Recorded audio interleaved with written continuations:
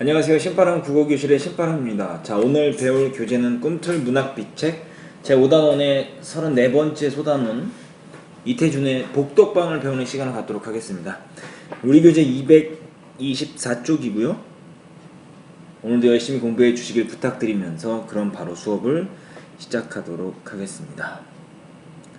자, 먼저 앞부분의 줄거리부터 보죠. 새 노인이 복덕방에서 무료하게 소일한다. 안초씨는 사업 실패로 몰락하여 서참의의 복덕방에서 신세를 지고 있다. 무용가로 유명한 딸 경화가 있지만 그는 늘 딸의 짐일 뿐이다. 그러나 안초씨는 재기하려는 꿈을 아직 버리지 않고 있다. 서참의는 무관이었으나 일제강점 후 복덕방을 차렸다. 박희만 영감은 훈련한 시절 서참의의 친구로 대서업을 하기 위해 일본어 공부를 열심히 한다. 재기를 꿈꾸던 안초씨에게 박영감이 부동산 투자에 관한 정보를 일러준다. 안초씨는 딸이 마련해 준 돈을 몽땅 부동산에 투자하지만 박영감과 함께 사기를 당하고 그로 인해 딸에게 냉대를 받는다. 결국 안초씨는 자살을 선택한다. 자, 참의는 우선 미닫이를 닫고 눈을 비비고 초씨를 들여다보았다. 안초씨는 벌써 아니요. 안초씨의 시체일 뿐 둘러보니 무슨 약병인 듯한 것 하나가 굴러져 있다. 자, 여기를 보니까 지금 약을 먹고 자살한 거죠.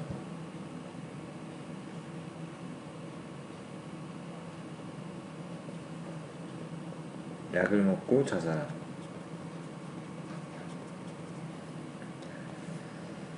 참의는 한참 만에 이 일이 슬픈 일인 것을 깨달았다.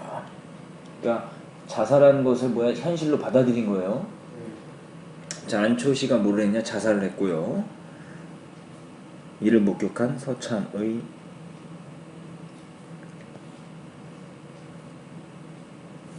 파출소로 갈까 하다 그래도 자식한테 먼저 알려야겠다 하고 말만 듣던 그 안경화 무용연구소를 찾아가서 안경화를 데리고 왔다. 딸이 한참 울고 난 뒤다. 관청에 어서 알려야지. 아니야요, 아세요. 딸은 펄쩍 뛰었다. 무슨 소리예요? 자기의 명예에 지금 흠집이 날까봐 아버지의 죽음을 자살로 하지 않으려고 하는 거예요. 그러니까 이건 굉장히 비판적인 거죠. 아버지의 죽음 앞에서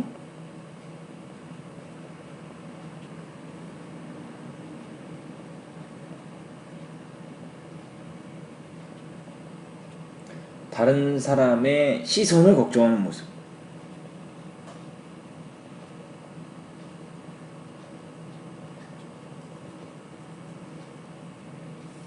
걱정하는 모습.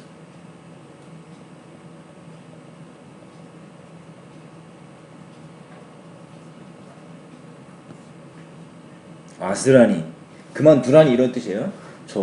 저라니 제 명예도 좀 하고 그는 애원하였다. 명예 안 될 말이지. 명예 생각하는 사람이 애비 저 모양으로 세상 떠나게 해?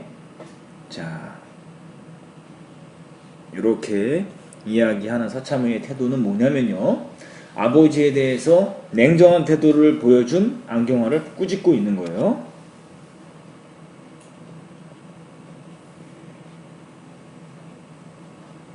아버지에 대해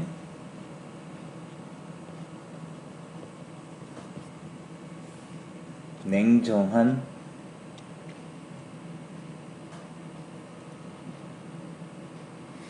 안경화에 대한 꾸짖음.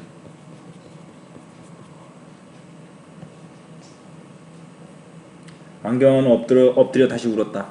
그러다가 나가려는 서참의의 다리를 끌어안고 놓지 않았다. 그리고 절 살려주세요 소리를 몇 번이나 거듭하였다.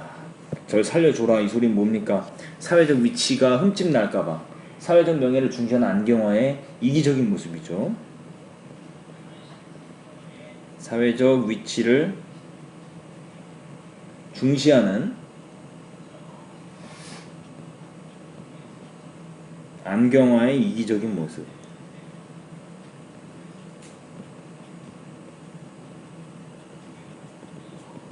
이게 드러난다라는 거죠. 자, 여기에 보면 소주제 2번을 보시면요, 안초씨의 자살을 관청에 알리지 말 것을 애원하는 안경화의 모습을 우리가 볼 수가 있습니다. 그럼 비밀은 내가 지킬 테니 나 하자는 대로 할까? 자, 이제 뭐 하는 거예요? 지금 요구를 제시하는 거죠. 요구 조건을 제시하고 있습니다. 안초시의 자살을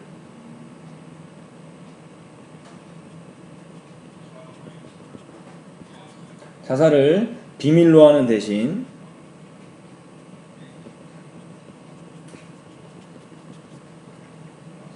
요구 조건을 제시하는 서참의.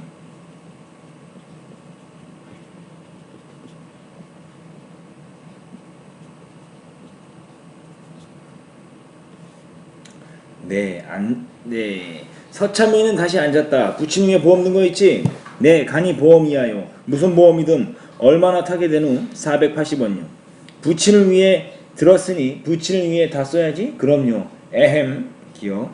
그럼 돌아가니가 늘 속 샷을 입고 퍼했어. 상등 털샷을 사다 입히고 그 위에 진견으로 수의 1습 9색 맞춰 짓게 하고 니은 기억 니은으로 묶은 부분 이게 평상시 안초시의 소원이었어요. 속옷을 입고 싶어 했고 그리고 수의를 좋은 걸 입고 싶어 했다 이 소리예요. 그러니까 결국 친구로서의 배려를 해주는 거예요.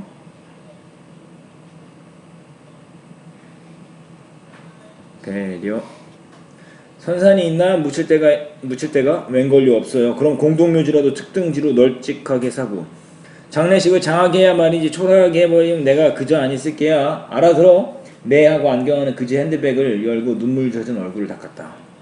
자, 안초시의 자살을 비밀로 하는 대신 요구 조건을 제시하는 서참의의 모습을 볼 수가 있습니다. 안초시의 소위 연결식이 그딸의 연구소 마당에 열렸다. 서참의와 박희한 영감은 술이 거나하게 취해갔다. 박희한 영감이 무을 잡혀서 가져왔다는 부의 이원을 서참의가 장례비가 넉넉하니 자네 돈 그 계집에 줄 거 없어 이렇게 이야기하네요. 왜요? 안경화가 얄밉죠. 아버지의 죽음 앞에서도 자신의 사회적 위치를 생각하며 이기적인 모습을 보여주고 있는 딸의 모습이 얄미웠기 때문에 부의를 낼 필요가 없다라고 이야기하고 있습니다. 자, 한번 정리해보죠. 자, 안경화가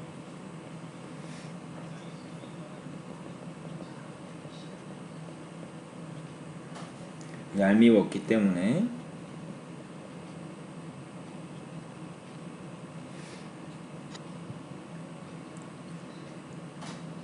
이 부의금을 내면 딸이 갖는 거니까 그녀를 위해서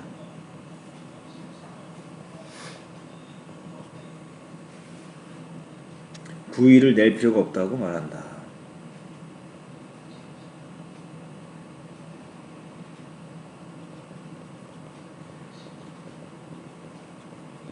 없다고 말함.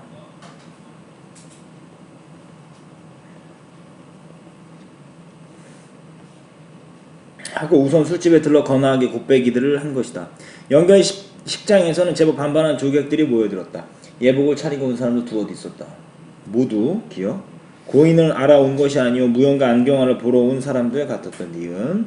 결국 여기는 고인을 위한 모임이 아니라 연결식이 아니라 안경화를 위한 모습이다. 그러니까 안경화의 명망 때문에 온 것이다. 안경화의 명망 때문에 온 것이 위선적인 사람들.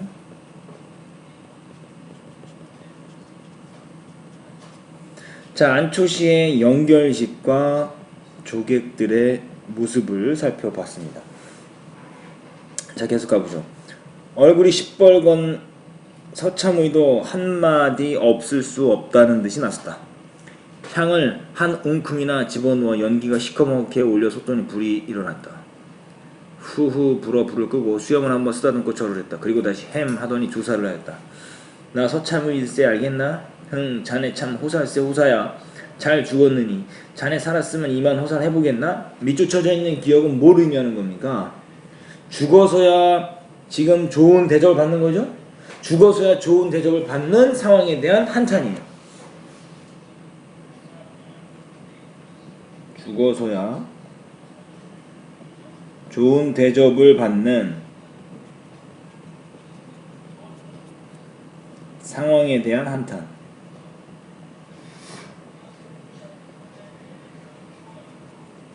반어예요, 반어. 이렇게 이야기하는 것 자체가 반어적인 표현이에요.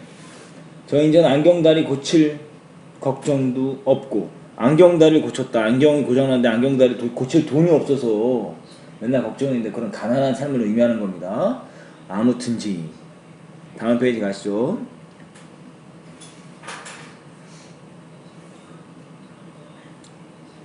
하는데 박영감이 들어서더니 이 사람 취했네 그려 하며 서참의를 밀어냈다. 박희한 영감도 가슴이 답답하였다. 분양을 하고 무슨 소리 한마디 했으면 속이 후련히 트일 것 같아서 잠깐 멈칫하고 서 있어 보았다. 으흐흑 하고 울음이 먼저 터져 그만 나오고 말았다. 서참의와 박희한 영감도 묘지까지 나갈 생각이었으나 거기 모인 사람들이 하나도 마음에 들지 않아 도로 술집으로 내려오고 말았다. 그러면서 안초시의 죽음을 안타까워하는 서참의와 박희환 영감이다라는 거죠. 자, 이제 마무리가 다 됐는데요. 작품 개관을 통해서 정리해 보도록 하겠습니다. 224쪽에 작품 개관 한번 살펴보시도록 하시죠. 자, 작품 개관입니다. 자, 갈래는 단편 소설이면서 성격은 사실적, 현실 비판적, 시점은 전지적 작가 시점, 배경은 30년대가 시간적 배경이고요. 공간적 배경으로는 서울의 한 복덕방이다. 주제는 소외된 노인들의 외로운 삶에 대한 비애, 그리고 가족 연대감이 상실된 세대 비판. 특징을 살펴보시면요, 세대 간의 갈등을 그리고 있으며 상징적인 인물들을 등장시켜 주제를 형상화하고 있다라는 거죠. 자, 안초시가 자살한 이유, 겉으로 봤을 때는 부동산 투자의 실패로 인한 절망감 때문이지만 이면적인 의미는요, 근대화에 대한 적응 실패와 딸로부터 소외, 가족 공동체가 붕괴된 것에 대한 좌절로 인한 자살이다라는 거죠. 정리 잘 해두셔야 되고요. 복덕방의 상징적인 의미, 가족으로부터 소외되고 시대로부터 멀어진 노인들이 애처롭게 살아가는 공간, 복과 덕이 넘치는 방이라는 의미로 비추어 볼 때 반어적인 성격의 제목이다 라고 말할 수 있다는 거죠. 복덕방 안은 소외된 노인들의 서로에 대한 연민과 위로가 있지만 복덕방 밖은 물질주의와 출세를 지향하는 사람들의 공간, 아주 마이너스적인 공간이고 복덕방 안은 플러스가 되겠죠. 위로를 할 수 있다나 그랬으니까요. 자, 중심 갈등 이해를 살펴보시면 새 노인, 시대의 흐름에 소외된 세대다 라고 이야기할 수 있고요. 안경화는 물질주의와 출세 지향의 새로운 세대, 여기는 마이너스. 작가는 이런 인물들을 긍정적으로 보고 있는 거죠. 새 노인, 시대의 흐름에 소외된 세태를요, 긍정적인 눈빛으로 보고 있다는 거죠. 등장인물의 성격을 살펴보시면 안초시는 사업의 실패와 딸에게 의존하며 지내는 노인이다. 변화하는 시대에 적응하지 못하고 일확천금을 꿈꾸다 실패해 자살하는 인물. 서참의, 과거 훈련은 참여를 지낸 인물인데요. 지금 복덕방을 차려서 먹고 사는 노인으로 현실의 비애를 느끼고, 박희한 영감은 복덕방에서 일본어 공부를 하며 대서업을 준비하지만 부동산 사기에 휘말려 낭패를 보는 인물이다. 안경화는 안초시에 따라 유명한 무용가이지만 화염과 위선에 가득 찬 냉정하고 이기적인 인물이다. 자, 마지막으로 이 글에 나타난 사회현실을 좀 살펴보시죠. 중요합니다. 1930년대 서울 변두리 복덕방을 배경으로 해서 안초시라는 노인의 삶을 통해 근대화 과정 속에 사라져가는 세대의 좌절감과 절망감을 드러내고 있다는 거죠. 초시는 과거에 첫 시험에 합격한 사람이라는 뜻으로 안초시는 근대화 이전의 인물을 상징한다. 안경화는 새로운 세대를 대표하는 인물을 상징한다라는 것을 알 수가 있습니다. 그 인물들의 상징성 잘 기억해 두시면 좋겠죠. 자, 이렇게 해서 오늘 복덕방 다 배웠습니다. 오늘 배운 부분을요, 오마이노트 정리하시고 관련 문제 풀어보시는 것이 여러분의 과제입니다. 오늘도 열심히 공부해 주셔서 감사합니다. 그럼 다음 시간에 다시 만나요. 소년이여 야망을 가져라.